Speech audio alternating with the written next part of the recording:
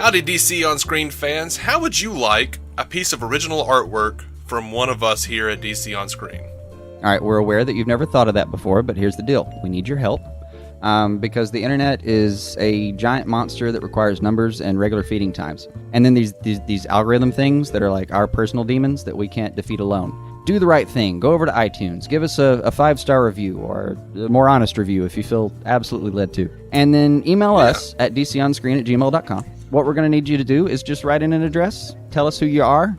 Give us whatever address you want us to send you something at. You know, if you don't want us to know where you live, send it to your neighbors and go steal his mail, whatever. Yeah. Just give us that, and then we need you to write Dave or Jason, and then we need you to write the name of a character. We're going to send you a piece of artwork. All I can say about it is that one of us is a good artist and one of us is not. If you've actually been listening to every episode, you might know the secret answer to that, to who you should really ask. But hey, or toss a coin. Man, you know, once you get the picture from us, take a picture of it or scan it or something, and send it back to us, and we'll put it on Facebook, just like we do with your DC loot. Yeah, send it back with like critiques if you want to. We don't give a fuck, you know. Draw over it, you know. Pull a Deadpool. Right? Whatever. One of us might cry. We'll both probably cry. But whatever. Point is, you know, it's come that time. It's the classic call to action. We need to get out there. We need to get a little bit of the review game going. And this is our humble offering. Yeah, humble offering. Very humble. I couldn't say it any better myself, man. That was a good pitch. Oh, thank you. All right, with that said, settle in for a new episode of DC On Screen. Welcome in to DC On Screen, and what a DC On Screen is going to be tonight. Oh, man. DC all over that screen.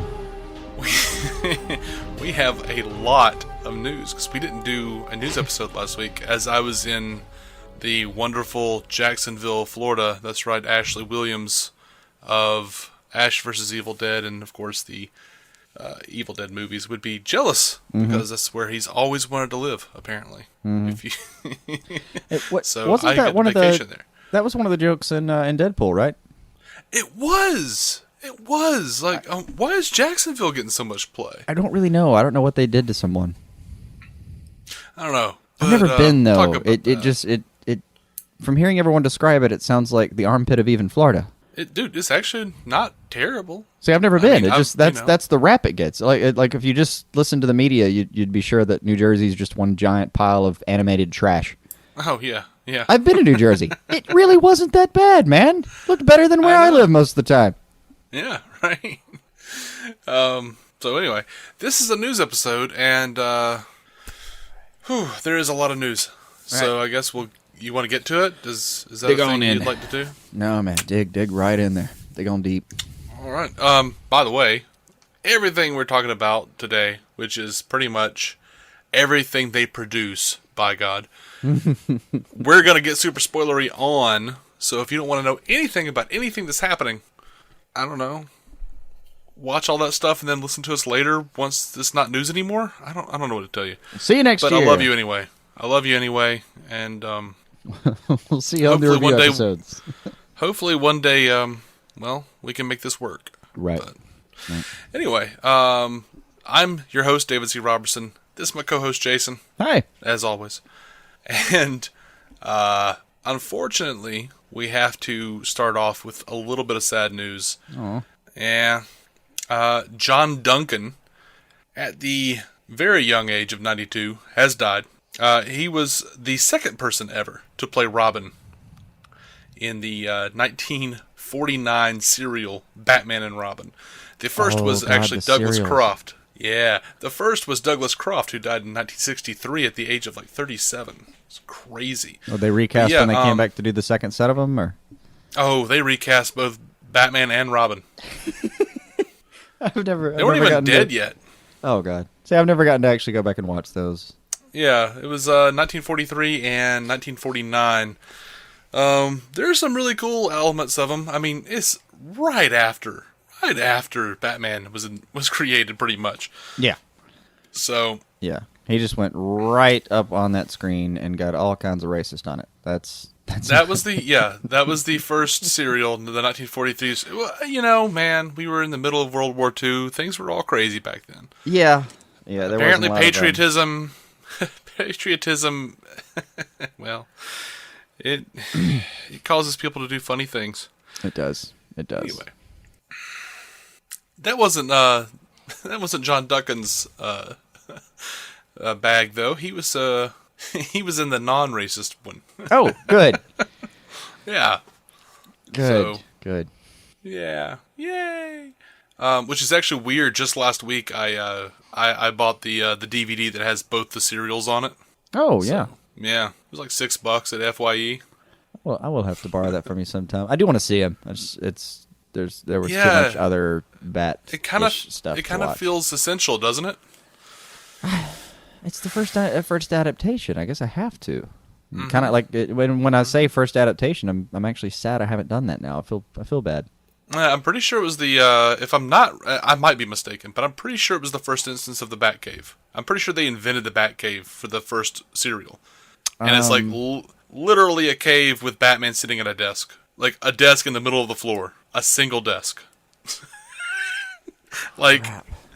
I'm about to write a letter desk. I just ran across where the first Batcave. I mean, I was just listening to something the other day. Oh well. Was it? Are you? Okay. I'm pretty sure that was it, but I might be wrong. Who knows? I want to say it was 66 though that actually introduced the Batcave. Absolutely not. Was it in the comics? There was a bat. It was absolutely at the very least in the comics before, but I'm pretty sure a Batcave did not. I mean, a Batcave was in both the 1943 and 1949 serials. I remember that much at the very least. I know. They even had like little fake like bats you could see in the background, like just making shadows on the walls because they knew that no bat was actually going to look good. So they like had like little bat symbols fluttering about. No, that's just sad. It didn't look terrible, man. It really didn't. I mean, it did, but it didn't look terrible for the time when you consider that, like, they had kind of just figured out how to make moving pictures. That's not true. I'll be damned. Yeah. I'll be damned. No, I did just look this up, and you were right. Yeah. No, Bill Finger introduced the idea of there being secret underground hangars in 1942, late 1942. And then by 43, when the Batman serial... The actual movie serials came out. And then, the Bat's Cave, they were calling it.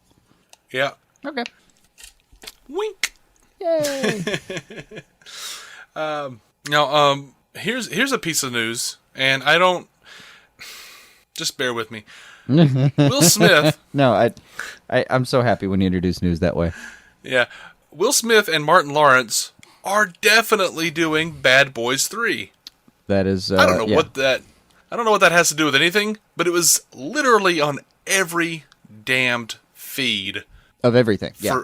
For Batman vs. Superman, for Suicide Squad, for Arrow, for Flash, for Supergirl, for every one of them. Okay, I understand the first two. Once we get into TV, then I don't understand why we're doing this anymore. Every one of them had at least 3 instances of them saying, Will Smith and Martin Lawrence are definitely coming back for...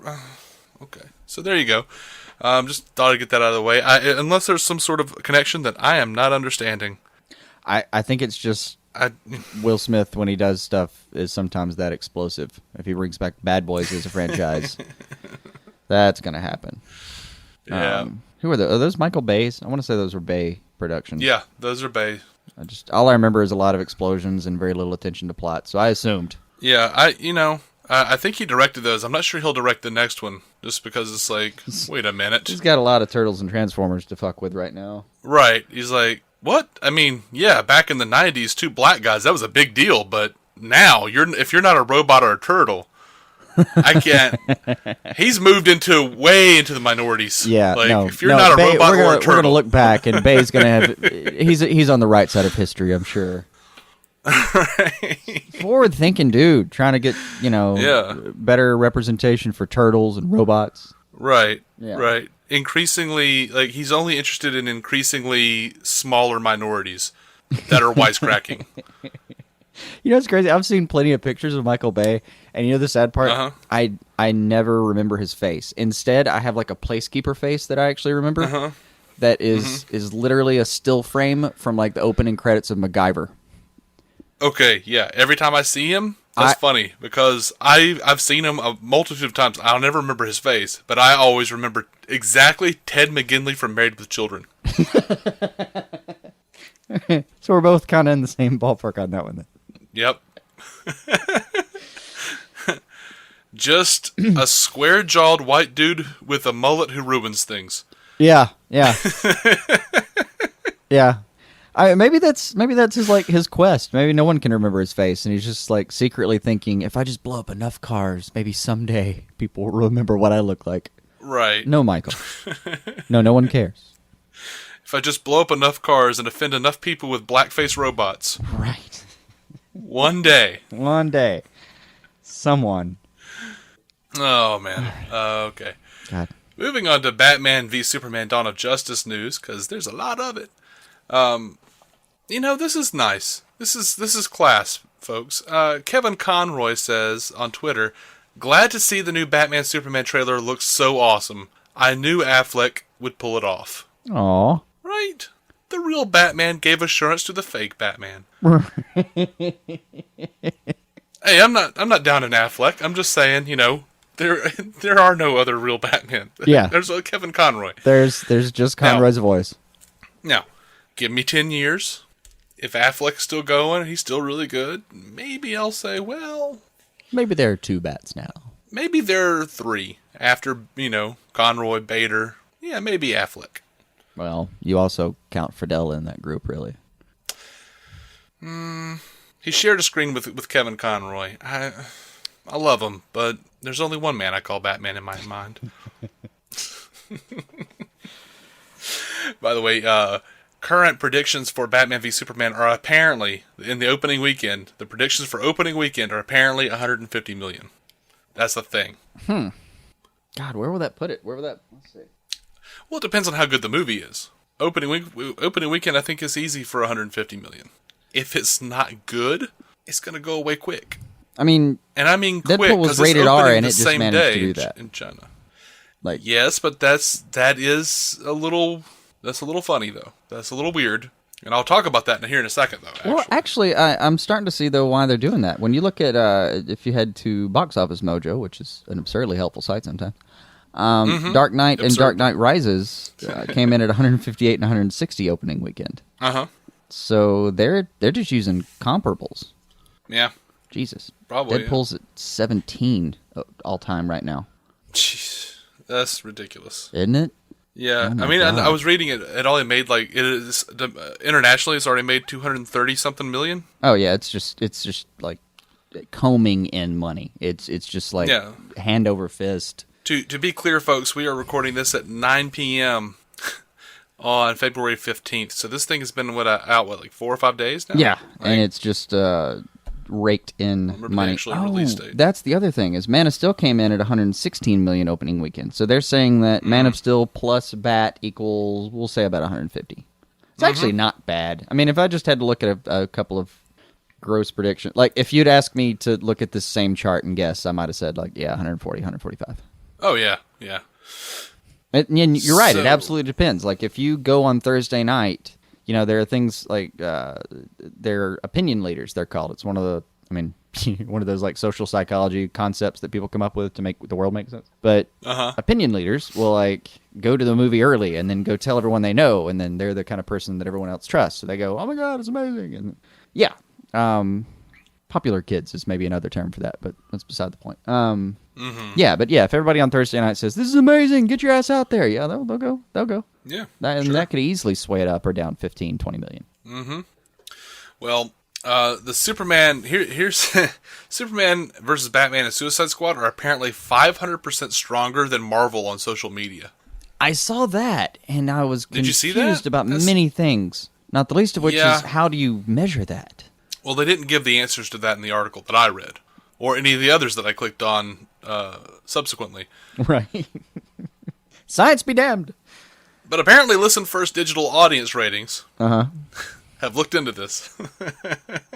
Good. The article I copied and pasted says their proprietary weekly looks at how upcoming films are performing relative to one another on social media indicates that Batman v Superman and Suicide Squad are easily outpacing their Marvel counterparts, generating 500% of the social media traffic that their Disney-owned competitors did at the same time point in their release schedules. Adjusted for variables like release dates, Batman v Superman is the most talked about comic book movie of the year, followed by Suicide Squad, and then Deadpool. Wow. Well, if social media trending then is any indication, since Deadpool brought in, and this is currently 132? Ooh, actually, that says as of 2/12. Holy fuck. Mm-hmm. So it may have outgrown even that.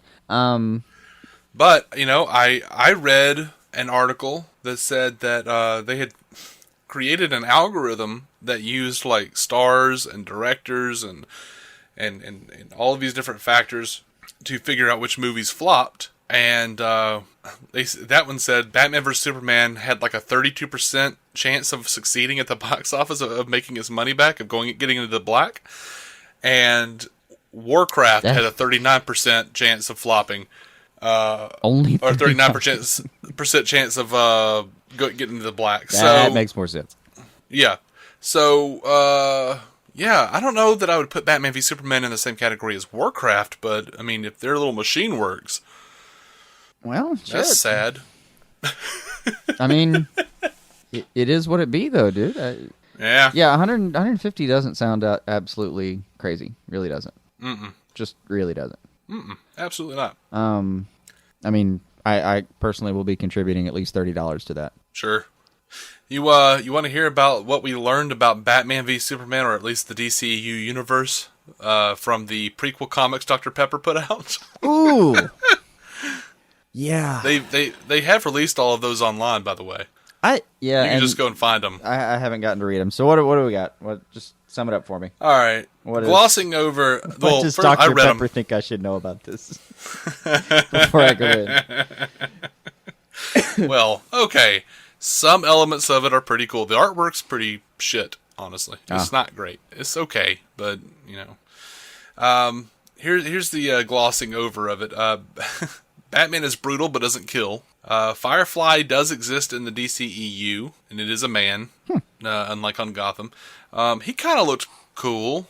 Lex Luthor has been keeping track of Batman naturally.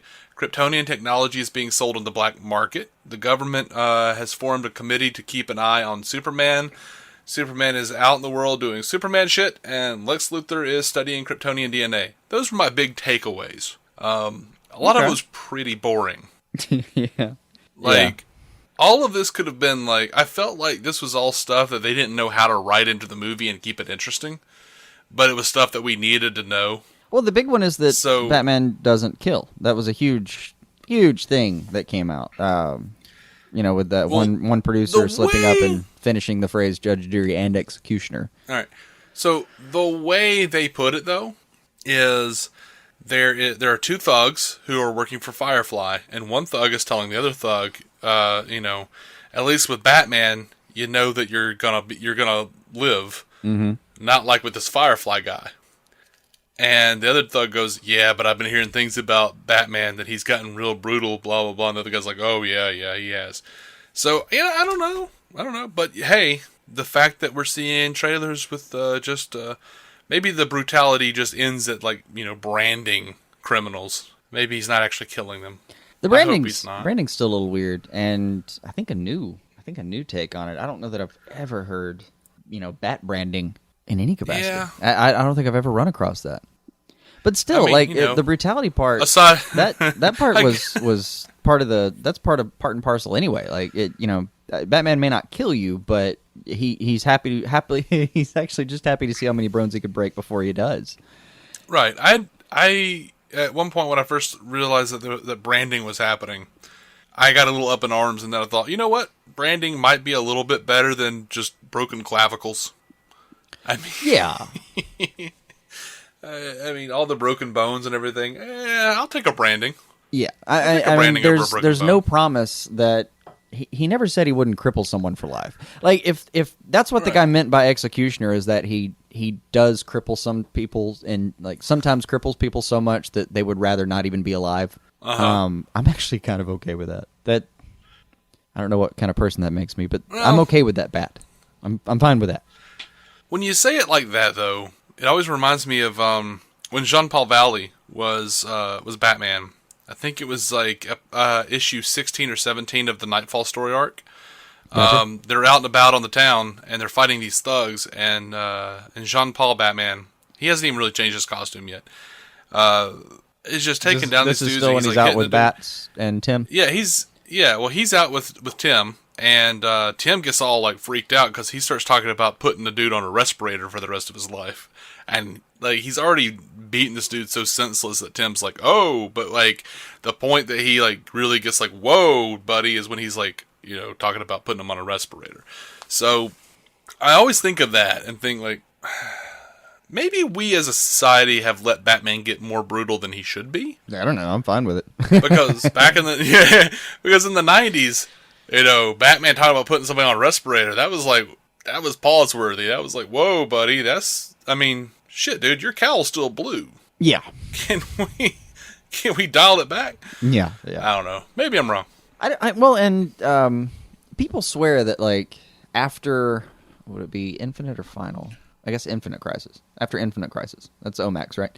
I don't know. Roll with me here. I think that's what I think I'm remembering the right one. Anyway, I recall it as a crisis of some sort. It is. No, it is. It's Infinite Crisis because right after the countdown to Infinite Crisis, where Beetle and the Omax and everybody, and then if you ask me, DC's been in crisis since 1985. But I know.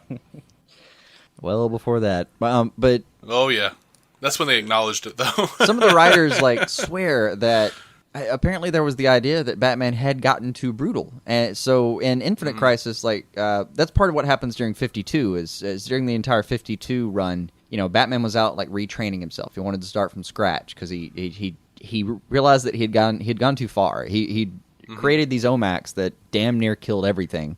I mean, short of Jaime Reyes showing up, they might not have even done it. They might literally not have been able to save it this time. And you don't want to count on some like 18-year-old kid showing up out of nowhere.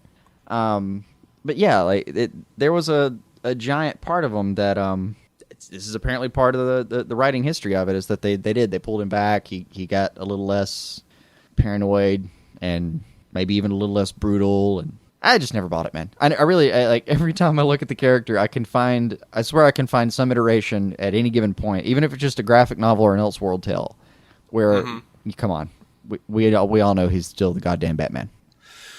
Well, yeah, and that's one of the things that remains interesting about Batman is that throughout the years you can kind of map it in a lot of ways, like with how brutal he is. Sometimes it's based on a trend or I'll call it an extra 4-panel medium, like a television show or something, like the 66 Batman, or you know, I don't know, one of the movies, whatever.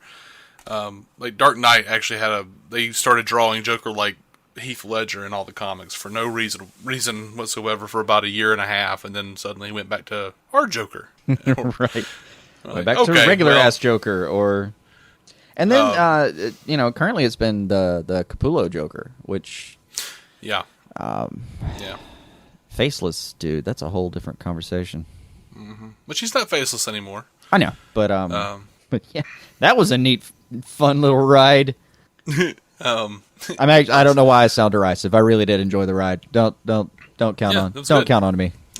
Forgive my tone. I'm not sure about Snyder's latest thing, but whatever. He's gotten to the point where no matter how crazy it gets, I'm ready to hear him out.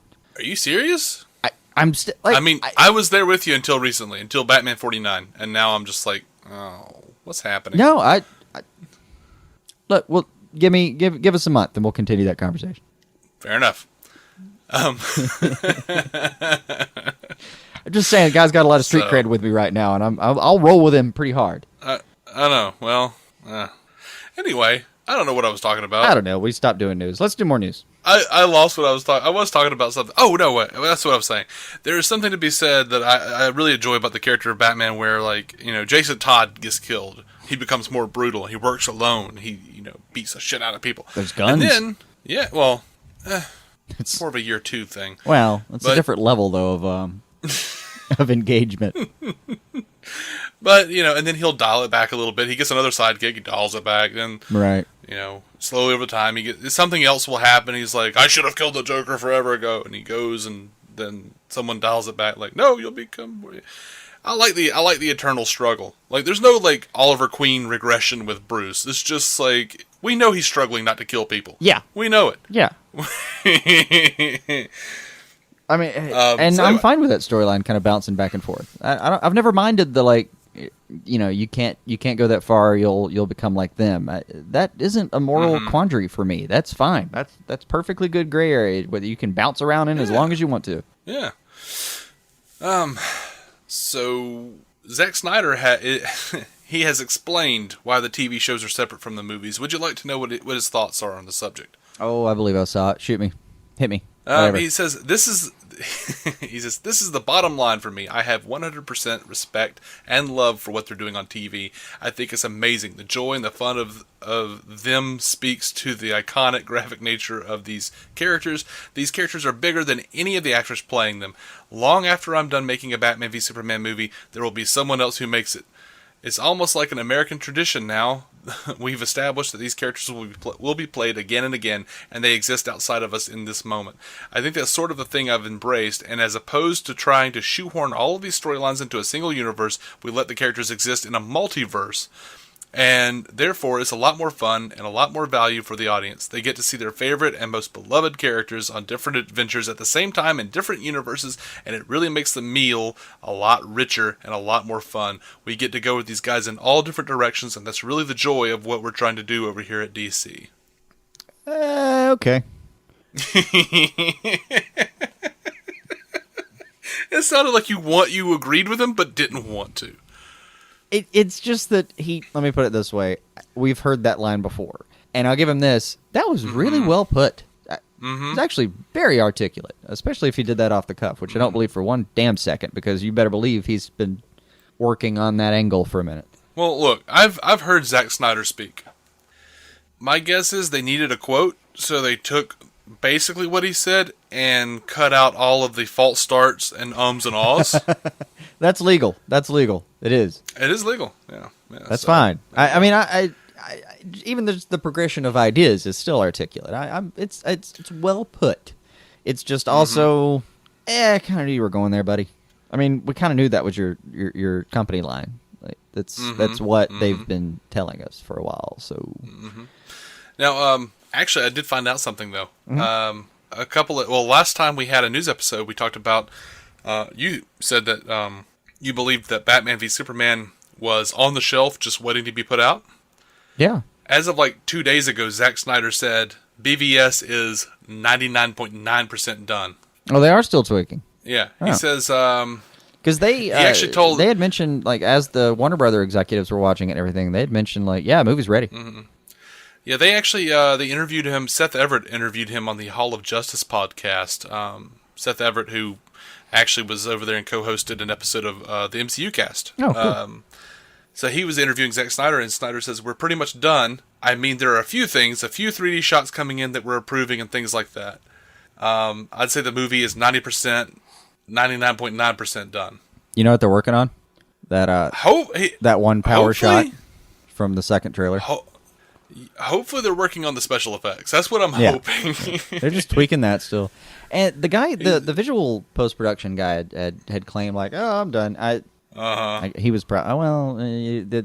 That part of the process is so broken up. I forget which part he did. He may have just been the guy that installed all of the elements, and then you go back for coloring and a little bit of finishing later. Yeah, I hope so. He says, really at this point, we're just fine-tuning the final details while we get Justice League ready. Okay. So, all right.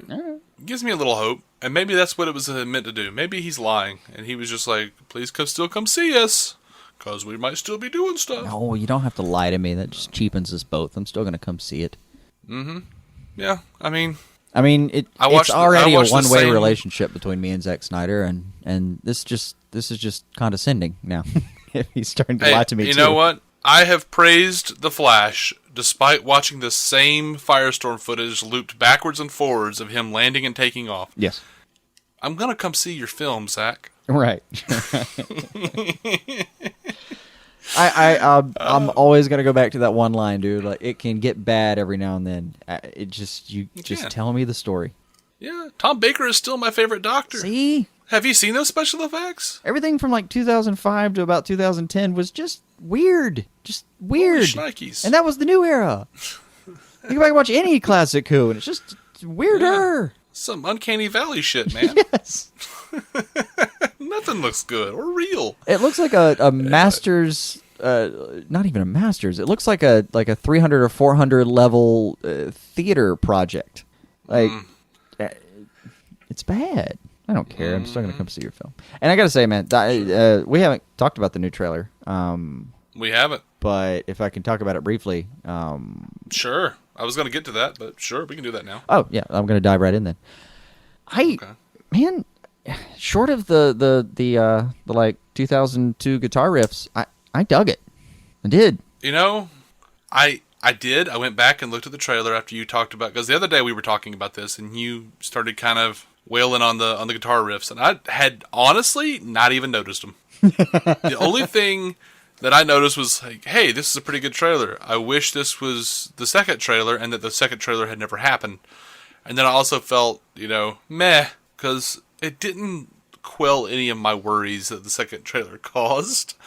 So, yeah. But I did love that final shot. It didn't quell anything. I still worry that we've already seen the film in 2.5 minutes. And I don't think we have. I mean, I have faith that we haven't, but man, they just like it felt like they gave me the whole spine, In fact, I have faith that we haven't, and I have fear in some regards that we haven't, because I feel like the things that we're missing are a lot of, based on those Dr. Pepper comics. I feel like we're just going to be like watching Senate hearings.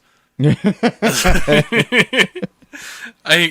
my fear. I don't know. Oh, there is going to be like Attack of the Clones. I'll or whatever guarantee it was. you right now 5 minutes of Senate hearings. I'll guarantee you that. Like, damn it, do we have to hear about Superman and tariffs and trade disputes? And I don't think tariffs are going to come in there. I don't know, because one of those comics, they were just talking about like how Superman operates internationally and how he doesn't get involved in wars and how he doesn't get in... I'm like, yeah, but I would think if anything that would be an involved. Interpol like interrogation, not a congressional hearing. But I'm not saying it's not going to come in. It didn't completely. I'm not saying Interpol's not going to come in. It should, for God's sake. This feels like those comics in parts feel like the pieces of the X-Files they don't show us. Like, how they cut to like the secret society of fat old white men who sit around talking about Mulder and Scully, and then they cut away when they're about to talk about like economics. It feels like that's what they're talking about, except they're going to throw in the word Superman here and there and worry about what this alien means for it all. Right. I'm just. I don't think that's going to be that much. I'm hoping, like any good story like this, like I don't mind them touching, like having a touchstone with the real world, like a Senate hearing, and having a committee that's been formed. Like that's great. That's actually a good call. Yeah. But then go allegory. Like after you've gotten me the touchstone, now go into now go tell me the pretty story. Right. And like I love classic Star Trek, and all they do is sit around like mediation tables and have peace agreements and whatnot. But there's a point where like I don't know. Hopefully, whoever the editor is, I don't remember, or Zack Snyder himself, will just sit there, and when it starts feeling like C-SPAN, will adequately be like, there, right there. Right. Okay. That's the moment where I got bored. Right this second. Cut 2 seconds before that. I know Holly Hunter's talking about Superman, but do you see that guy over there in the corner? He's going to sleep. Let's cut that. You can just see Snyder in there going, and let me show you something. Let me really show you something. And pulls back, like pans out to the original footage before they've actually zoomed and panned a little bit. Says like, all right, I'm going to zoom out. This is 7 minutes into this take. The first take. You see this guy over here in the corner? The guy that we don't have in the real footage anymore? Yeah, he's asleep. On set, asleep, because it wasn't interesting. Cut it. Cut it down.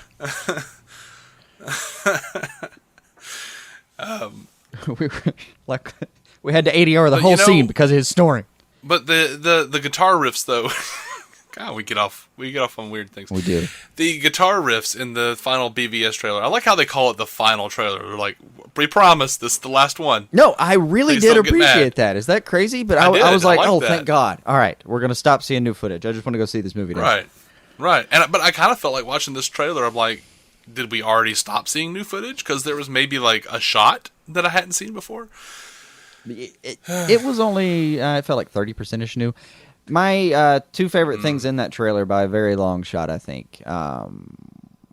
You were about to say this one, right? The last shot? Yeah, the last shot was pretty, like, just Superman about to punch Batman, and Batman stops him, and just the look on his face, the what? Surprise and just a hint of fear on his face. Just, oh my God, that's never happened before. And by the way, that is the appropriate reaction to Batman, period. Doesn't matter if you're a Kryptonian or not. Just that's how you're supposed to react. That and, man, that shot of Wonder Woman. The fight. That shot of Wonder Woman jumping in too. and screaming. Yeah. I'm going, fuck, yes, that's my girl. Yeah. And I wanted her movie more sequence. After that trailer than anything else. Yeah, the opening sequence with Batman fighting. Yeah, that was pretty... I can't express how joyous that really made me. Because that is... Man, that's what I've wanted. You and I were talking about this in depth the other day about the costume changes over the years and like and who could accomplish what. But man, this time that's right. This guy can move. Yeah. I mean, this looks like when you're playing the Rocksteady versions of these games, like when you're playing the Arkham games, that's what this feels like. It is. Yeah. Oh man, it was good. It looks like him fighting all those thugs like on the street level. It does. It really does. Just tossing people into walls, plaster shattering all around him. The first guy that he takes, I mean, it's not the first guy, but like the second or something. It's a kind of a blur. But like I didn't exactly do a body count on who was getting taken down, but one of the guys that goes down, just he just straight, it's like a half suplex or something, whatever the hell they actually call that thing. But yeah, I don't know what those are called. But just across the arm, brings him down. Oh man, so much fun. And actually my favorite little bit out of all that, there's one guy, he runs toward him and kind of like runs past him over this box, this kind of crate-ish thing, and just while he's moving past him, just drags the top half of his body right into the top of that slams crate. Him down. Just flop. Yeah. I don't know the actual names of any of those moves, but I call them move 1, 2, 3, and 4. No, I call them what I say when I see them. So there was like, oh, and then he does a shit, and then he does a damn. So by your count, there's at least 4 O's, probably a couple of shits, and a couple of damn dams. Somewhere in that first 30 seconds. And then, oh, man. even Alfred's little quip. What does he tell him? Oh, I'm getting slower in my old age. You look pretty good. Blah blah blah. I'm getting slow in my old age. Yeah. And then what does Alfred tell him? Shit, it's you'll help me, Dave. You'll now you've lived too long to die before old age, or I don't know. I don't remember what it is. It wasn't. I really don't. Anything that Nolan-y that was starting to. Yeah. Anyway, right. Some clip about how like he's gonna live to be an old man anyway, regardless of how hard he tried not to. Yeah, despite his best efforts. Right. Yeah. That was phrased so much better when they did it, and before my memory bastardized it. But I enjoyed it when I heard it the first time, when it was done correctly. But yeah, You're not the senior citizen that Gotham deserves. You're the senior citizen that Gotham needs. I don't know. I don't fucking know. So, do you have your AARP card in one of those utility patches? Okay, good. Right. No, Bruce would be like, AARP. I'm an AMAC man myself. Of course. Like, oh, Master Bruce has gone libertarian. Okay. No, you know what Wayne Enterprises would do is they would set up their own program exactly like it. They would make like a better, even fleshier version of the AARP's general award system. Sure. Because that's how Wayne Enterprises rolls. Instead of an AARP card, it's a chip that Bruce also uses to track everyone on Earth. Oh, of course, yeah. Because that's how Batman rolls. Of course. So, dear God. I'm kind of Anyway, but the guitar riffs. Yeah, those things I bitched about a little bit. Yeah, the guitar riffs. I had not noticed them. I went back after you bitched about them. And I watched the trailer a couple of times. And I listened to it, and for whatever reason, I had the exact opposite reaction to you once I noticed them. Because all I heard and saw once I heard them was, oh, it's like the first Iron Man trailer. Like when that Batman v Superman logo came up, all I could hear was like doon doon doon doon doon, which is fair because Bruce looks like Iron Man. He does. In that bat armor, he looks like get out of the cave Iron Man. Yeah, he does. Like, they'd thrown a couple of bat ears on that and a cape. I would have been happy to call that a bat. The prototype fucking cave canaveral thing. Yeah, I get absolutely. It. So I don't know. Look, maybe it worked for you. It was just one of those where I was kind of listening, going. I'll be honest, man. We live in a post Zimmer world where I expect a little bit of nuance, and I actually appreciate minimalism a lot more in my scores than distortion and power chords. But here's the other thing, though, that music reminded me of that made me happy: Batman Beyond. Oh yeah, no. I understand where you're coming from, but it still wasn't like it still wasn't my favorite part of Batman Beyond. Was the faux new metal actually was the genre that was popular at that time. I mean, it wasn't Shirley Walker, man, but it got my blood pumping. I understand. Mostly, it was... But as much as Ben Affleck seems to be killing it, I'd watch a trailer with Survivor's Eye of the Tiger going, man. I don't care. Hey, I'm overlooking some real bad looking Luthor and real bad looking Doomsday, just because I love Batman. Right. So you're not going to hold it against. Yeah, you're not going to hold it against the trailer. And by the way, it's trailer music, so fuck me, man. Yeah. It's trailer music. This won't even be in the film. In all likelihood, I'm just thankful. It won't even be in the film. It might, but you know what? I'm thankful that it's not that that awful Requiem for a Dream trailer music that everyone used for like 5-6 years. Oh, just 5-6? Fuck. Was it just that? Yeah. Yeah. That thing. Though you know what? Stuck around. Thinking about it, that would look badass on Batman v Superman. Yeah, that's the crazy part. As much as people think it's overused, yeah, if I'd thrown that on right now, it is. Oh shit, that works. Yeah, I'd be like, yeah, get them bats. Yeah. So anyway, we've done a Batman show so far. Yeah, we have. Should we talk about news? Oh, we're doing news. Look at this.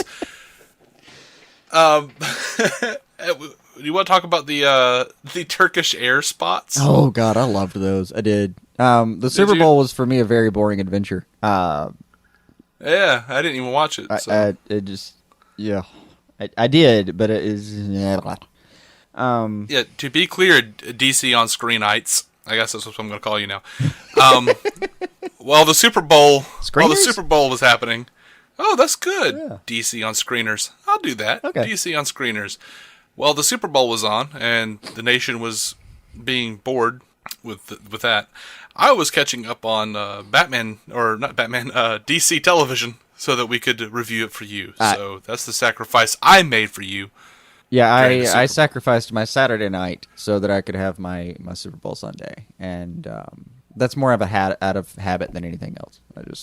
And for me, like I'm such a college football fan that that's like the last football I get. I mean, that's the last cigarette for me. You know what I mean?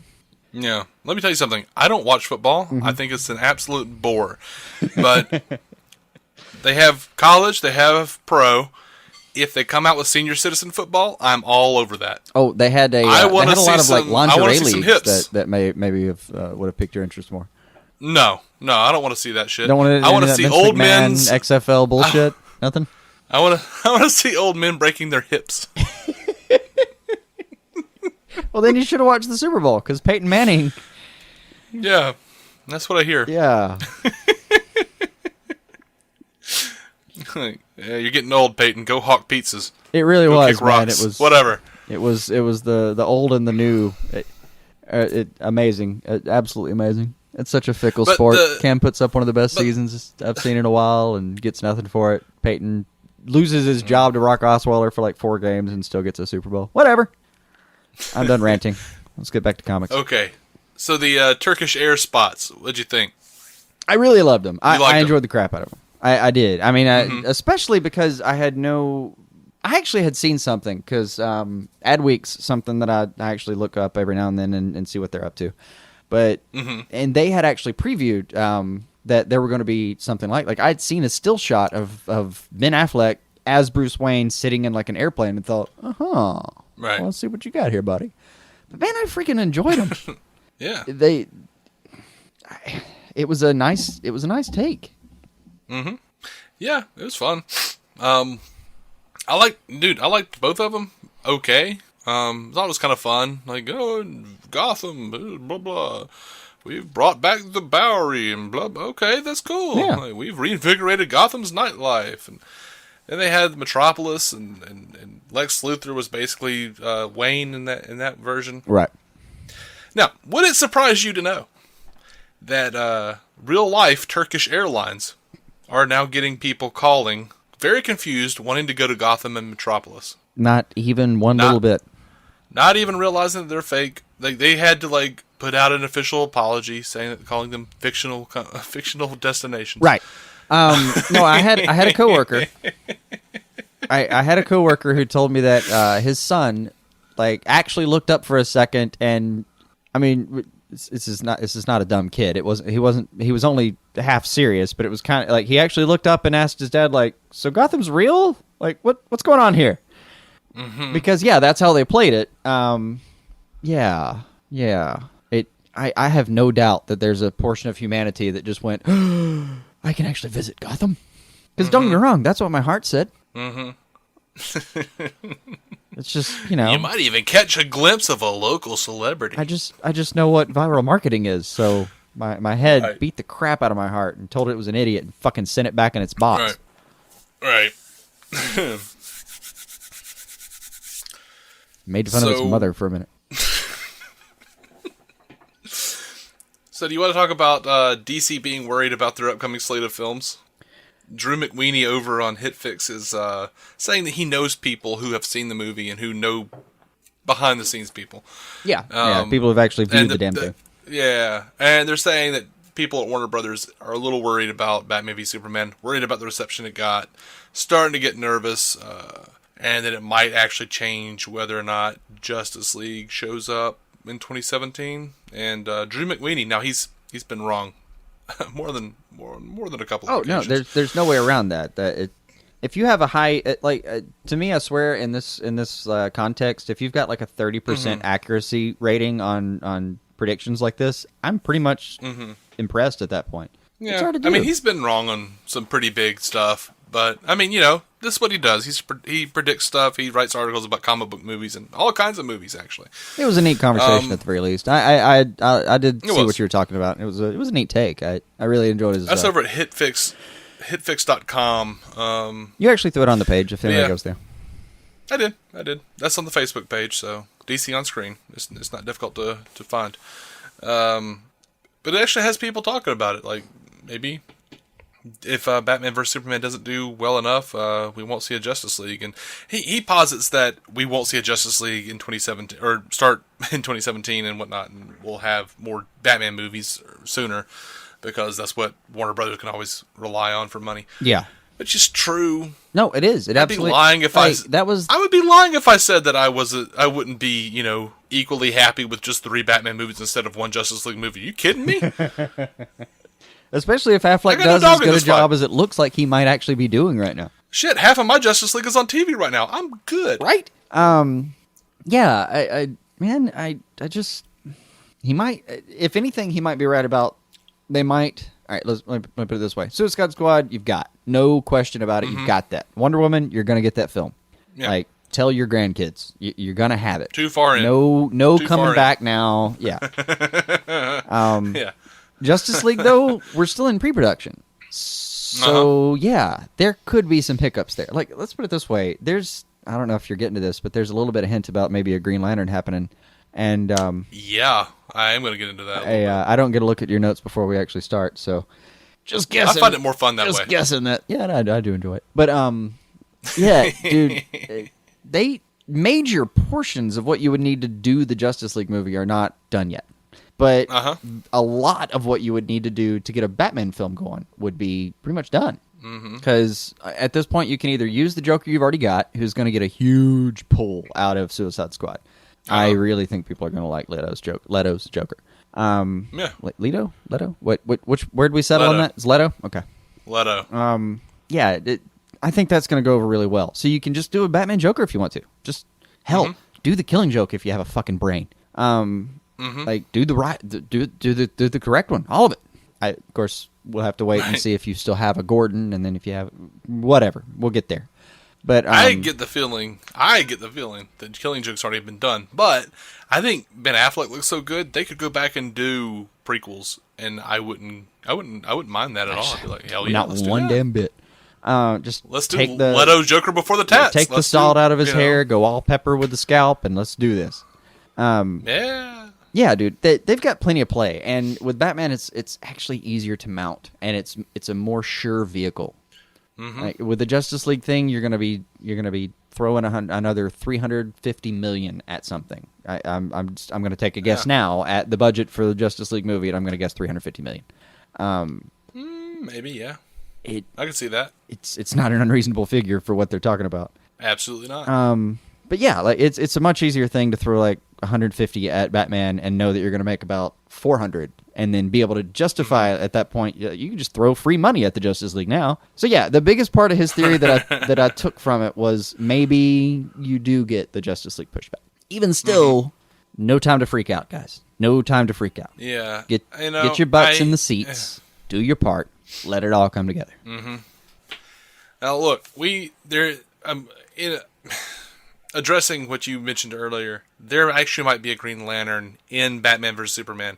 Dan Amboyer has been confirmed. He is in Batman vs. Superman. When asked about who he was playing or what scenes when asked about what scenes he was playing, he says, I can't say anything because it would be too spoilery, but good ones. So, and this is a cat who actually... He auditioned for Superman and Man of Steel. He auditioned for The Flash and didn't get it. This cat likes DC. He's excited about it. Okay, well, I kind of hope he is. And I saw him on Instagram. He looked to be wearing a flight jacket that looked very Hal Jordan-y. The fur up top and everything? Yeah. Oh, yeah. Absolutely. Oh, yeah. I'm really... I don't know the guy from Adam, but yeah, I took a look at him, and that could easily be Hal. Sure. He basically just looks looks like someone grabbed Hal and tossed him out of the comic book and threw him into an actual, three-dimensional reality and moved on with their day. It looks like someone tried to clone Ryan Reynolds a little bit. I'm good. A little bit. Ryan's busy. Whatever. I know. Oh, I know. And will be for quite some time at this rate. So we only have at 56 minutes in, which this will be a little truncated. So, but it won't be quite there. But at 50, nearly an hour in, we'll see. Here's the last bit of Batman vs Superman news. Sideshow has released a life-sized armored Batman.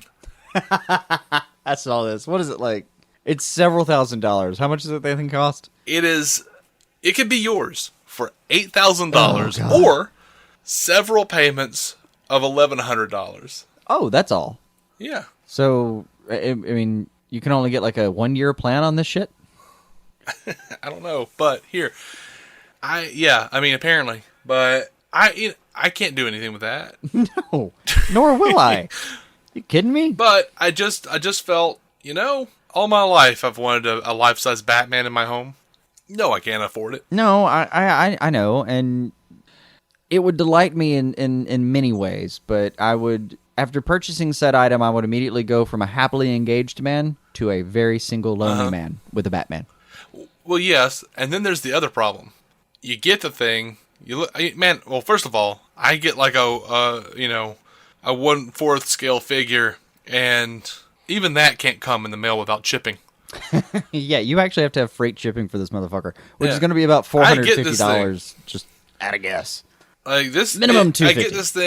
I get this thing. Best case scenario, It doesn't chip or anything. Suddenly I've got the the terrible Mark Maron tube amp problem, where I'm sitting there looking at it going, that doesn't look like $8,000. Like I see like a paint chip or something, like something's kind of off about it. I'm like, oh, you know, it would look like Ben Affleck, but there's something with his lip. They're like, it's an exact match. No, it doesn't look right. That's not perfect. That's not $8,000. That's not $8,000 worth. Anyway, that actually, and this Squad. is a very similar problem. Very similar, and I've experienced this. That's the same exact reaction when you go spend a shit ton of money on a water heater. It's a giant fucking thing that has to be there, and you put it there, and you just like hope it's in a nondescript enough spot that it won't ruin the rest of your life. And every moment you look at it, you're just like, you're not worth that. I know you're not worth that. And then you go take a hot shower, and you're like, oh, you're fucking worth it. But yeah. Water heaters are a really boring way to spend a lot of money really well. I'd be like, hey, you know what? It takes you entirely too long to heat up. Right. I'm over on the other side of the house freezing my ass off. What did you do for me lately? So over to Suicide Squad, they've released 2 new posters. One is, if you had any doubts about who this movie was about, not everyone got their own solo poster. Harley Quinn got her own solo poster, and then one with Harley in the group that says, "In Squad We Trust." Nice. It is a pretty nice poster. They're both of them pretty nice posters. You know, I probably wouldn't put one of them, the solo Harley one, up in my house, but that's only because I don't want to be labeled a misogynist or a pervert or any of those things. Right. I did like. There's a Valentine one out with you know they did it's the Suicide Squad logo but redesigned for each character. Yeah. And I saw that. Something they did with the Joker one in particular I really loved is you look at the mouth and it's kind of like an estranged bat symbol. Yeah. Which was a really gorgeous touch. But there's a lovely You Drive Me Insane Valentine with both of their Suicide Squads, and just like the negative space is a heart, and the positive, I guess I'll call it space, whatever you actually draw on when something's called negative space, is ha ha ha ha ha ha, you know, just over and over again. Yeah. Hashtag nice. come see our movie, you know? Absolutely. I'm going to see it. Fuck yeah, I am. Fuck all the yes. So, let's slide on over to television. Just like Elwood and Jake slid on down to the Triple Rock. Never thought we'd make it there. Over to Gotham. IGN, our least favorite website, has released Gotham Story, which are 5 60-second motion comics. It's a 5-part series. Motion comics tell a story in between the 2 halves of the season. Are those already out? They are. I will have to go look at those. Yeah. I really love motion comics. I don't know if that makes me terrible or what, but I think it depends on the motion comic. Well, it depends on the content, as always. Again, we're back to tell me a story. But I like the medium on those, man. They look cool. They're engaging. Yeah, I saw a review that said that the stars of Gotham breathlessly read their lines in the motion comic. I couldn't tell if that was a good thing or a bad thing. I'm assuming a bad thing based on the context of the rest of the article, which seemed to indicate that the writer just hated everything about Gotham. But there's a chance, though, that does mean that if he still got to write them, that these will be a bit cathartic in a way. You're going to read these and go, I knew someone else was thinking that. That's all like a comment that said, like, what do you know? The motion comics for Gotham are just as crazy as the TV show, but without the charm. I don't know, man. I don't know what makes Gotham crazy and Batman comics not. I sense it, and I feel it, and I have that opinion sometimes, but I'm not sure exactly what it is. I don't know. And, getting back to Gotham for me is going to be just so weird. Like, I forget we even cover it sometimes. Yeah. I honest to God do. Because it's been like months now. Yeah, it's been a while. Time has really passed. It's been a while. And weird. Jesus. Don't get me wrong. I'm, day one, I'll be there. But, yeah. Shit. Maybe it'll work out for him. Because, it was supposed to be Rise of the Villains and then, what's the second half called? Reign? Wrath of the Villain. Wrath of the Villains. Yeah. That may be good though, in some extent. To some extent, it'll give us like a little bit of a breather where we can kind of come at it from a new angle, and it will be a new angle anyway. I mean, you're going to start out with Mr. Freeze and Hugo Strange as the main protagonists. Like we're done with all of the creepy stabbies, all of that. Are you sure? No, I'm not at all sure, but I am sure that the order of stabby, whatever the fuck it was called, is probably going to be out. Like you may get Galavan and I forget that guy's name, James something. Anyway, it's going to bother us now that I've actually asked it. My bad. This has happened now. No, there's no moving on. There's no moving on from this. We shall stand stock still. Who is James? Who are you talking about? Theo Galavan and... Are you talking about the actor who plays him? Yeah, the actor who plays him. Oh, what is that guy's name? Is it going to bother you? Is it going to bother you now? I know. That's why I'm going ahead and looking it up for the sake of the listeners. I regret everything I've done in the last 30 seconds. I know. I'm sorry. James Frain. Thank James you. Frain. I kept there thinking James Franco, and I was like, that can't be right. He's one of the few names we can't pronounce. Yeah. If I sound strange, it's because I'm stretching my legs so as not to receive a blood clot.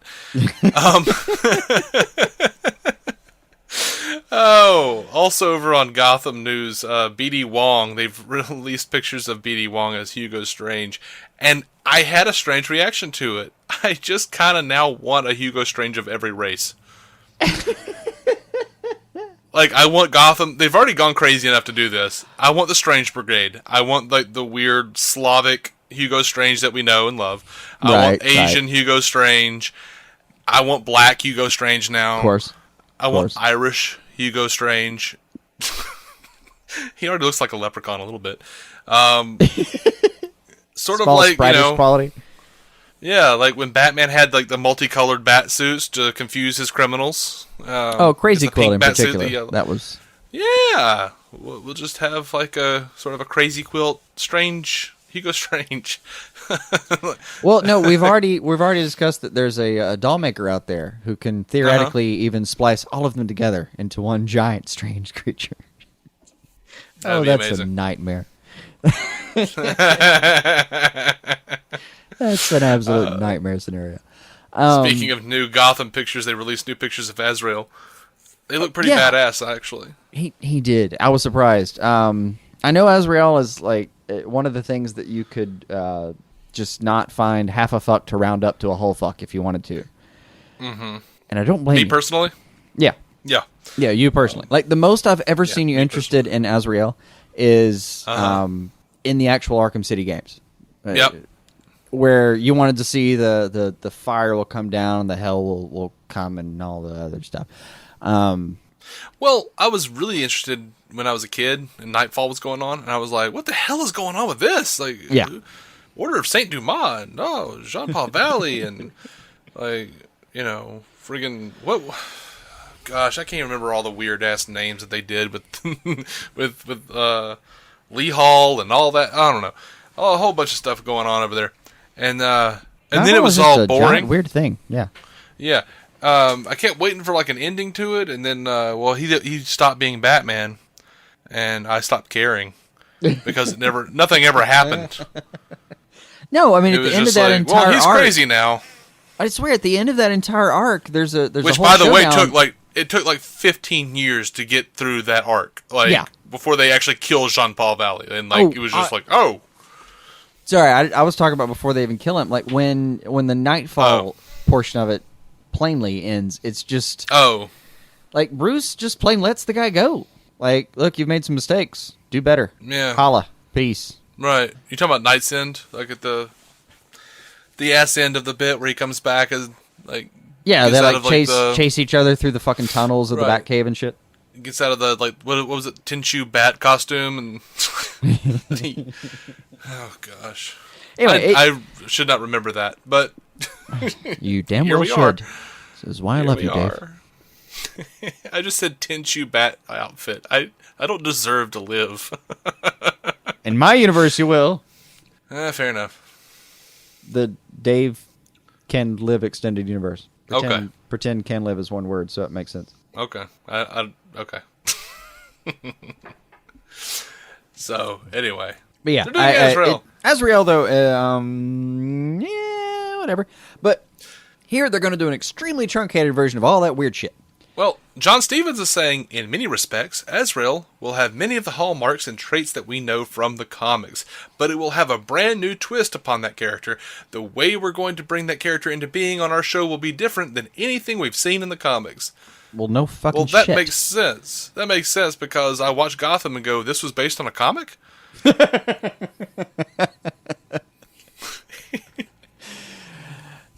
Yeah. Not saying I don't enjoy it at times, but damn, y'all. It's real weird. Yeah, and it rarely, honest to God, it rarely does actually touch the source material. It they'll take a name and a concept from it and then just do their own thing. Which, same time, I don't want to get onto it. That sounds like a fun idea. Yeah. I don't want to give it too much shit for taking a chance, man. That's the fucking point. But sure.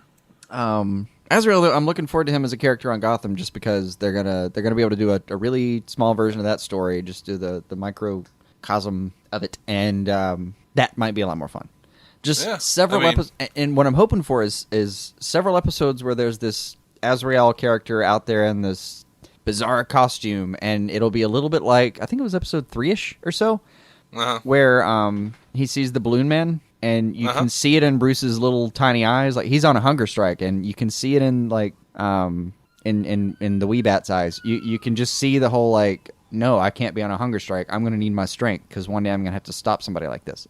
And I'm hoping you get to see the same shot, the same idea, like the same little seed crosses his mind where he looks and goes, "Huh, vigilante in a costume.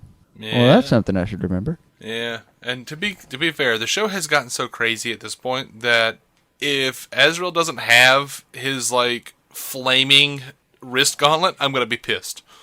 Oh, why shouldn't he? Now, sure, it could be napalm. Sure it can. Whatever. I don't know. I don't even want to explain. Firefly's still out there. She's doing fine. The technology exists. Right. I'm going to jump over to Supergirl if you don't have any. Oh, please do. Please do. Problem. All right. So we talked about it earlier in a separate episode. In fact, I believe 2 separate episodes, but we're going to talk about it right here real quick. Knock that just out. to mention it in case you don't listen to reviews. The Flash and Supergirl are officially crossing over. Woo! March 28th, y'all. Episode of Supergirl. Grant Gustin is posting tons of pictures from the set. He has a picture of one of the... Well, here's my favorite caption from one of the pictures. It says, "Just gonna document the whole experience. Not excited at all." Grant's a good dude. He's a good kid. But if he does it again, I'll box his ears. In one of those pictures, though, we got a glimpse of the upcoming character Siobhan Smythe, a.k.a. Silver Banshee. Ooh. Now, that's a character... For this episode, she's being described as Cat Grant's latest hire, who at first will become a work nemesis for Kara, before she later proves a more deadly foe for the hero, when she takes on the mantle of DC Comics villain Silver Banshee. Now, in the comics, this is a character who has ties to hell. If they really want to do... Listen up, Lucifer guys. They could just, bridge those two, but they won't. But yeah, so don't know how that will tie into the Flash. I mean, of course, if Flash opened up a portal to hell... It actually kind of has to, doesn't it? I mean, look, we're talking about the same universe where... I don't know how... It would be impossible to take a guess at the metaphysical construction of Berlanti's verse right now. But for God's sake, like, you brought Constantine on. There's clearly a heaven-hell concept, right?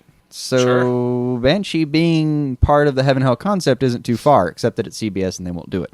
Right. As much as I am excited about this, because how the fuck can I not be? Do not expect the Flash. Expect a CBS show, and don't expect them to dig too deep into Berlantiville. They're gonna make it a one-off.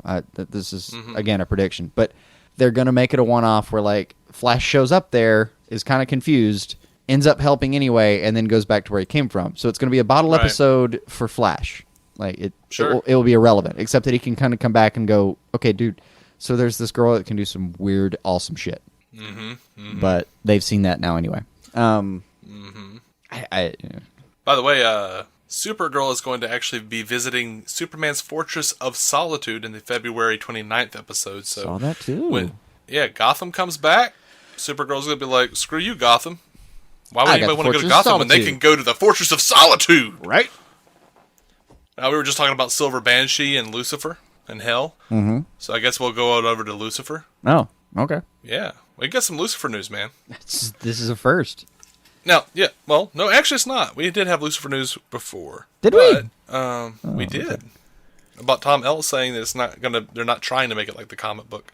Okay. This actually flies in the face of that a little bit, but we have a couple of bits though. First of all, I don't know how to feel about this other than I'm annoyed, but DSTV operator MultiChoice has had to move its newest drama series, Lucifer, from 7 p.m. to 11 p.m. because Christians are mad at it and are complaining. So, there you go. We all knew that was happening. Yeah. They're also attacking Olive Garden. I don't know, like, it's getting okay ratings. They're okay ratings. They're mediocre ratings. They're not ratings that I would necessarily say are worth having a bunch of religious groups attacking you for. I mean, a fair amount of those groups will attack at very little provocation. Mm-hmm. Yeah. Now, and to be fair, I would actually qualify this as a fair amount of provocations. That's not even necessarily on them. Like, a lot of these people are the same people who are like who I'm sure you'll find on your Facebook feed. We all have people on our Facebook feed that we think are normal, and then all of a sudden they're writing a scathing review of Deadpool and somehow didn't understand what was happening and took their like 5-year-old. Yeah, so. Yeah. And Deadpool specifically wrote you a note saying not to do that. So that's on you, parent. Right. On you. No, people, you DC on screeners, I like that, who have listened to our reviews of Lucifer know that we're not too kind to the show. It just needs to do something. It's 3 episodes in, it hasn't done much. But this next bit of news actually makes me really hope it lasts. Well, shit. The showrunner Joe Henderson says he's been in contact with Neil Gaiman, Mike Carey, and Peter Gross, all the cats who worked on the comic. Of course. You could have stopped at the first name. I'd have been like, great, excellent. Yeah. He says they're looking to make at first make Lucifer stand on his own 2 feet, then, as DC and story permits, bring in more mythology, more Neil Gaiman characters, more characters who are as powerful as Lucifer, and he also says that he would like to get into doing the Endless. Okay, I don't know the Endless. I don't know the Endless. You do. Forgive my ignorance. You've forgotten that name. The Endless, Destiny, Death, Dream, Destruction, Desire, Delirium, and Despair. The 7 siblings. Yeah, everyone in Sandman, basically. See, that's my biggest hope, is that when you say, we'd like to get into more of the mythology of blah, blah, blah, all I hear is, I want to do Sandman. Mm-hmm. Right? Mm-hmm. That's pretty much what I hear. I mean, they asked him if he would want to do the Endless, and he was like, who wouldn't want to do that? It's the Endless. So, yeah. Oh, these cats. Yeah, I have seen these cats before. Yeah, man. Yeah. Okay, so well, if they're going our that way, major complaint about the show so far is like, dude, you're a detective show. You're a detective show that happens to have this giant concept behind it that you've kind of neutered. And yeah, and I did see, there is a bit that I read where they were saying they are definitely going to be hitting the detective chick on the show. I don't remember her name. Is it Chloe? Is that her? I don't even know. Yeah, Chloe Decker. Okay.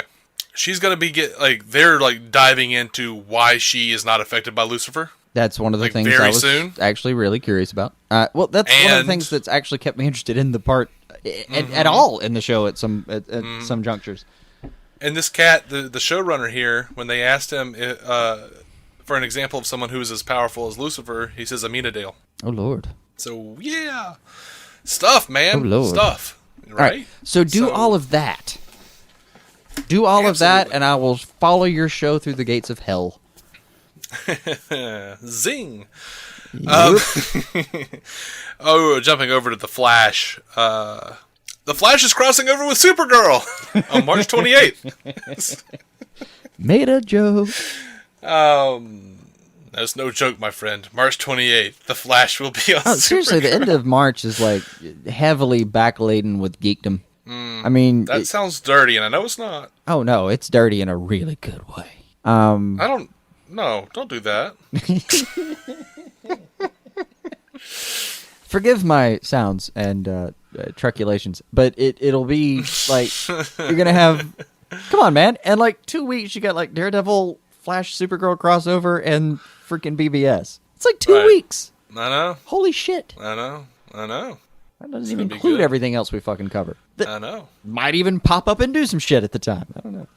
Yeah. Oh, by the way, Andy Mientus is returning as Pied Piper in episode 17 of The Flash. Oh, thank God. The last Flash episode we did, I started to mention something about where the hell is he? And we got distracted, as we often do. But, right. Yeah. You know what? It's occurred to me that I would watch, like, the only thing that could make a Captain Cold spinoff better is if he was in it. Yeah, actually, that would be good. Yeah, that'd be fun. Yeah. Over on Arrow, David Ramsey, a.k.a. John Diggle, says that there is an air of tension on set as everyone has a target on their back, save for Oliver and Felicity. I would like to know what he means by on set. Just his personal mental space. Like, does he really mean that those people are walking around not knowing if their contracts are getting renewed? I think that's what he means, man.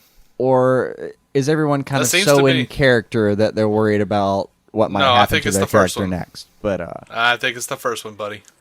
I'd like to think it's the first one. I really would. I'd hate to lose Diggle of all people. I'd be okay with losing Diggle, man. You know, dude, it better be worth it. Like, if you take Diggle from me, you make it mean something. Well, that's the thing. Like, every character other than Oliver and Felicity are so rote to me in one way or another that I could lose any of them and be okay. Except for Curtis Holt. No. Well, all right. Curtis has not had enough time to stretch his legs yet. I've only seen one Fair Play jacket. I need more time. But Diggle, dude, that's Jiminy Cricket. You can't do that. He's an incredibly flawed Jiminy Cricket. Sure he is. But he's still he really is. We talked about this in the Arrow thing. Like when Diggle finally says you should do something, right? You really probably should do it. Yeah, because he's the last guy that's going to tell you to go into a moral gray area. But right, which would hold more weight if they didn't all secretly refer to him as Dishonesty Cricket behind his back. You gotta lie, Oliver. You gotta lie. It's the only way anyone will ever love you. Oh, he really has. He's gotten over that since he's in the show. He's got his wife and daughter back, and since that's happened, I think he's tucked that away, which makes all the sense in the world for me. Yeah. Oh no. There's a news article going around a lot, just everywhere, where basically Mark Guggenheim is saying that Deathstroke is probably not coming back to Arrow because the character of Slade Wilson is currently tied up in another DC project. Get on the phone with Diane, Mark. Right? I don't understand. You guys just talked about this. You just said that that's no longer an issue. And you know what it really is? He's saying that because he's hoping that we forgot. And most people don't I'm looking at articles online that are like, could Supergirl mean that there is a DC multiverse? And I'm like, no shit, buddy. Go check out season 2 of The Flash. Like, we've been talking about this. You go look up like a Forbes article or something, you go, oh my God. Right. Oh my God. So, why are y'all bothering to cover this? Yeah, so there's so much of that crap going on. I'm sure that everyone's pretty much forgotten what was even said, that they could, now everything was open. So Guggenheim's just saying that. You know what it really is? Manu Bennett has come out and slammed the hell out of the Arrow writers and talked about oh, we got this guy, and he's referencing comics and shit. He's like, oh, this guy who does this and this and this, and they just put him down it was. He's complained that the writers took it in his character in the wrong direction. Nice. So I seriously doubt that Guggenheim and company are ever going to have Manu Bennett back on the show. I hope I'm wrong. The only reason I don't doubt that, only single reason, is I really do think that the Teen Titans' best landing spot is CW. I mean, and I'm just parroting. I'm not the first person to say that at all. But Right. I agree. I completely agree. Like, that's where you put that show. And if you do, why the fuck wouldn't you have Deathstroke? Right, but I don't want to see a show. If they do Titans, I want it on the big screen. Oh, you want Big Big Titans? I want big Titans. I want big Titans, big screen. Yeah. We've already got Cyborg. He could cross over, do Justice League, do Titans. He could be like, mentor or whatever. He's a classic member of the Teen Titans. We don't know where Dick Grayson is at all in the DCEU. I'd love to see him. That way you could have the Batman angle without actually doing Batman, without having to have Ben Affleck in every damn thing. Or you could just do a cameo. In a lot of versions of Teen Titans, it's really Tim Drake, and he's untouched, man. Nobody's fucking with that. You can just grab Well, it Drake. depends on whether. Well, that's not really Teen Titans so much as it is Young Justice, because Titans. I mean, the Teen Titans were there, and then they became just the Titans. Because it was Dick Grayson, man. It was Nightwing. He was the leader of the group. You have, right. They took Coriander, the teen off the top. Like, yeah. It was Arsenal, not Speedy. Like, we're done with this shit. Right. So, you come back and we'll do Young Justice. Okay. Which, Young Justice, by the way, is a great whatnot. fucking name. I really miss that show. I really do. Yeah. I've got some news about the show. I'll come to a little later. All right. We'll get In a there. minute. We'll get there. So, anyway. That's called a lead-in. Yeah. So, one thing I'm really excited about with Arrow, they're bringing back Cupid. I don't know how you said that with a straight face. I can hear your Really? face being straight. I'm completely serious. I think she's Arrow's answer to Harley Quinn. I think she's awesome. Okay, she can be, but what she was an overactor, like an overacted weird thing. I know, but an overacted weird thing that I really liked. I just didn't like her that much, man. Just didn't. That much. I never saw her as a. I don't know. Maybe I'm just remembering her wrong or remembering her too fondly. But she's coming back in episode 16. I don't know. I liked her. I'll go back to an old phrase of mine. Fuck me, man. Yeah, she was fun. She was fun for a minute. Yeah. It seemed a little I don't over know the that top, I actually but at the same want her time, in every episode. I still want more Killer Frost, and I just saw that go so far. Like that jumped over fucking Everest, man. That was So in the context of the Arrow, Flero land, Berlanti-ville, yeah. Okay, bring back Cupid. Let's do this shit. Well, Andrew Kreisberg created her, so yeah, I don't know. Yeah, he's very happy about Maybe that. I'm very proud. Maybe I'm just in his corner too much. I don't know. Over to Legends of Tomorrow. So much stuff. So many characters have now been announced as coming onto Legends of Tomorrow. Most of them through Instagram. I just can't be happier about that. That's everything I dreamed of. Like, have you seen it? This do time you know last what all year, these are? No, I have no idea. But just knowing that's happening, like that. This time last year, when we heard whispers of this, like we kind of hoped, like, hold on, wait, that means they can do fucking whatever they want. Mm-hmm. Please bring it. What are we doing? We're getting into some Golden Age shit, man. Hell yeah. Golden Age. Dr. Midnight. Yes. The original blind vigilante, man. Oh, like, yeah. Screw Daredevil. This is Dr. Midnight. Oh yeah. Now, I knew this one was coming. The first, back when it was just JSA, right? That was the Resident. Like, he did a lot of what Martian Manhunter does now in the current Justice League. Well, I say current, but in a lot of the Justice League iterations, like, he's the household fucking everything. Yeah, I mean, this is the dude. Like, he sees perfectly in the dark. He uses blackout bombs. Cool character. Very very unknown in this day and age. But the Glad doctor to see him coming part back. was key for a lot of the early missions. Next character up, though, I knew they were bringing in, and I didn't know. No, it could have just been a joke or a reference, but I saw the freaking pot with the slits in the helmet. Like, it's a pot helmet, classic Red Tornado, and it's going to be a woman. It's going to be the classic Red Tornado, Golden Age Red Tornado. Oh, gee. Yeah, man, Golden Age shit. Hour Man. Yeah, I did hear about Hour Man, and yes,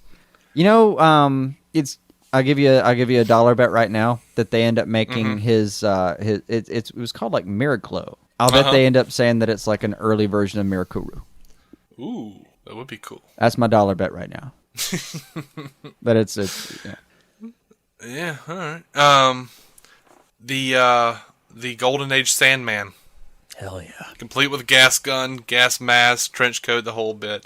They're bringing Sergeant Rock and Easy Company.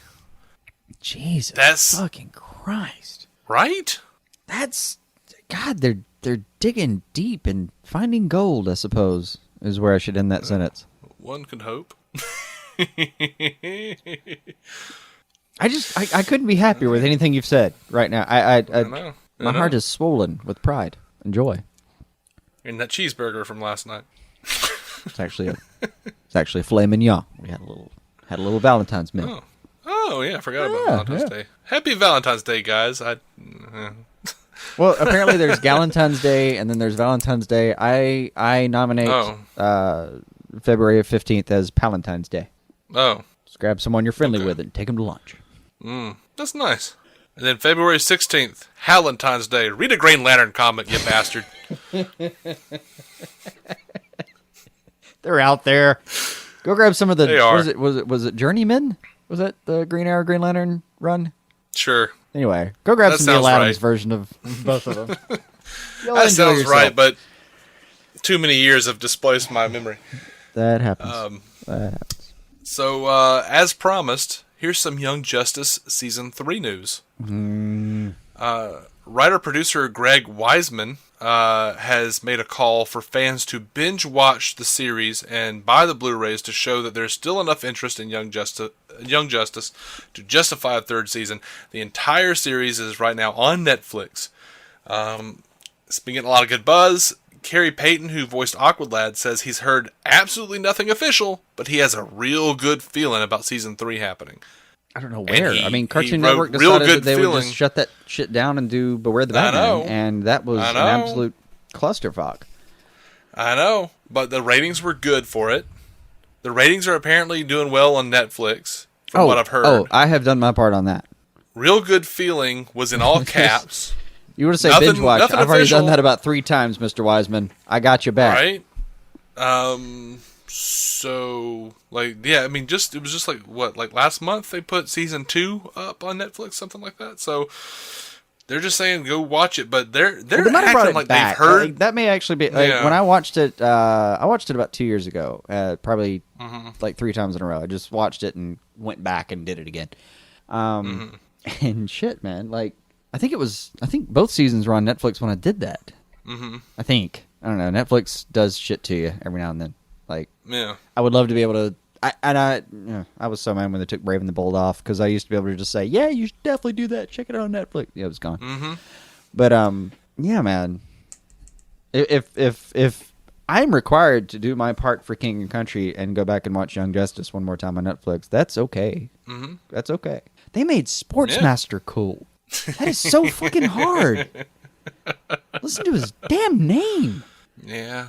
That sounds like a villain from scary. That sounds like a villain from, what was it, Wayne Gretzky's All-Stars? Yes. What was it? Do you remember that? No, dude. That sounds like a secret character cartoon that you would unlock on NBA Jam. Like some like Mortal Kombat 2 if you pressed up, left, right, A, B, B. Or some shit. You'd get Sportsmaster. Yeah. I wish I remember what the name of that stupid show was. And what was her name? Cheshire? Is it Cheshire? Am I remembering that correctly? I think her name's Cheshire. But oh my god, like yeah, they Pro Stars. Pro Stars. Pro Stars? Pro Stars. You found it? Was it was an old Saturday morning cartoon show where they were like Wayne Gretzky. Oh, Charles Barkley. It was Michael Jordan, Bo Jackson, and Wayne Gretzky, and they were all superheroes. Charles Barkley? Shit. No one would make Charles Barkley a superhero. Well, I thought you were going to say no one would make him a cartoon character, and I would retort. He already is. He already is. Yeah, we both know where the joke is there. But and what's funny is like the Wikipedia page says starring Michael Jordan, Bo Jackson, and Wayne Gretzky, and then it's like Michael Jordan voiced by Dorian Harewood, Wayne Gretzky voiced by Townsend Coleman, Bo Jackson voiced by Bo Jackson. I'm just kidding. Yeah. Voiced by Dave Fennoy. That would be the funniest thing if Bo Jackson was the only one who did it. But yeah, he might just because I genuinely believe that man can do anything at any given time. I Right. swear to God, go back and find the footage of him catching that ball where he runs up the wall. I mean, this is in his baseball, his baseball face. Runs up the wall to catch. I can't remember from the trajectory of the ball if it was actually going to be a home run or if it was just going to be a bounce off the wall shot. Anyway, runs up the fucking wall, catches it, and runs back down the wall. He changed trajectory while standing on a wall. It's the closest we've ever had to a superhuman in real life. That man ain't right. It's scary. Bo knows trajectory. Bo knows fucking whatever the fuck Bo wanted to know. Yeah. He frightened me as a child. Really? He frightened you? How could he not? Jesus. Yeah. Look at his... Anyway. I just remember watching that, sports stars were superheroes in a cartoon, and I went, as a child, I thought, what unholy union is this? Was that your first meh as a child? No, it wasn't even a meh. It was more aggressive than that. I actively remember feeling sick and looking at it on the television and going, this isn't right. This isn't. No. This isn't okay. No. So that's all the news we have, other than Deadpool came out and broke all the records, and we're going to talk about that. Even though it's not a DC property, we're going to talk about that in just a few minutes. We'll find a way to loop it in, I'm sure. Loop what in? To a DC property. Oh, okay. We actually already have. I mean, we had a whole rant weeks ago That's about true. Deadpool popping in, saying he had a death stroke, give him the old thumbs up with the middle finger kind of thing. Yeah. That'll work. All right. So, I would say we should have our obligatory Batwiener section, but I'm pretty sure this entire episode has been that. It's been very Batwienery. Yeah. Flipper hands abundant. We are DC On Screen, and you can find every episode at dconscreen.com. You can find us on iTunes, and as soon as they fix their down servers, on Stitcher. What the hell, Stitcher? If you'd be... Just, I know. What the hell? I know. People will have to find other podcatchers if you keep this shit up. I know. There are only like 1 million of them. Right. If you'd be interested in a similar podcast about the Marvel Cinematic Universe, go check out our friends Matt Carroll and Jeff Randall at the Marvel Cinematic Universe podcast, or mcucast.com. We are proud members of the Giant Size Team Up Network. You can check that out at giantsizeteamup.com.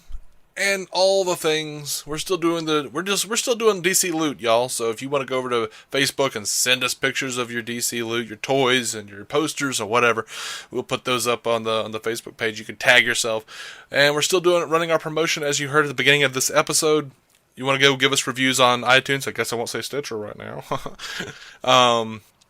Leave us a message on DC On Screen telling us who you want to draw. I don't want to mention Stitcher at all. I can't rely on it right now. Yeah. My world is crumbling. Yeah, crumbling.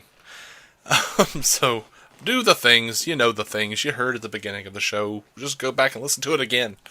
We did come up with an end date for that, right? Where we were gonna. Yeah. Have to... It is March 31st. Is that right? I don't know. End of March. We'll nail that down. End of March. Whatever. March 31st. March 31st. We probably will actually record a new opening at some point soon. A new little advertisement to throw on that's a little shorter, hopefully. But anyway, we can't even get through this quickly. So, yep. Not our style, sir.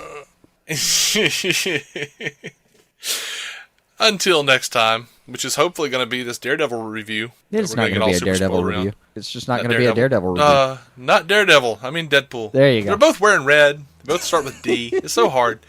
It's so hard to keep it straight. By the way, season 2 Daredevil trailer looks just so good. So good. So good. I want to. Wait, I have a DC related note on that. You caught the line at the very end, right?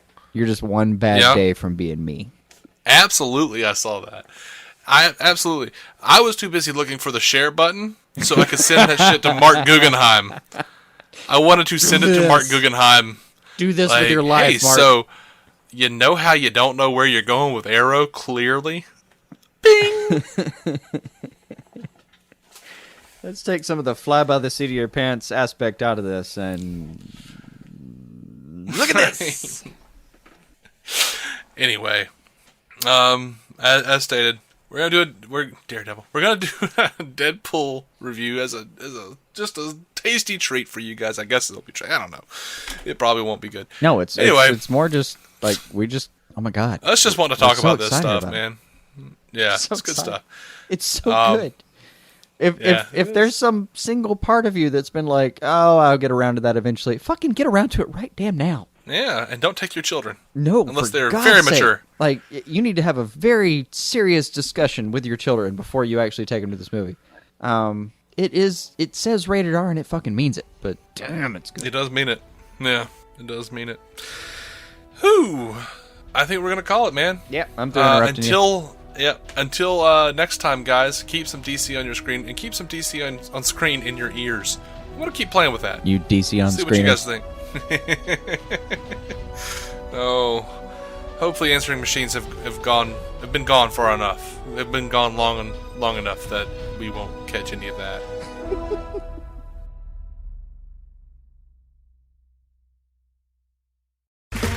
Okay, round 2. Name something that's not boring. A laundry? Ooh, a book club. Computer solitaire, huh? Sorry, we were looking for Chumba Casino. That's right. ChumbaCasino.com has over 100 casino-style games. Join today and play for free for your chance to redeem some serious prizes. ChumbaCasino.com. No purchase necessary. Void where prohibited by law. 18+ terms and conditions apply. See website for details.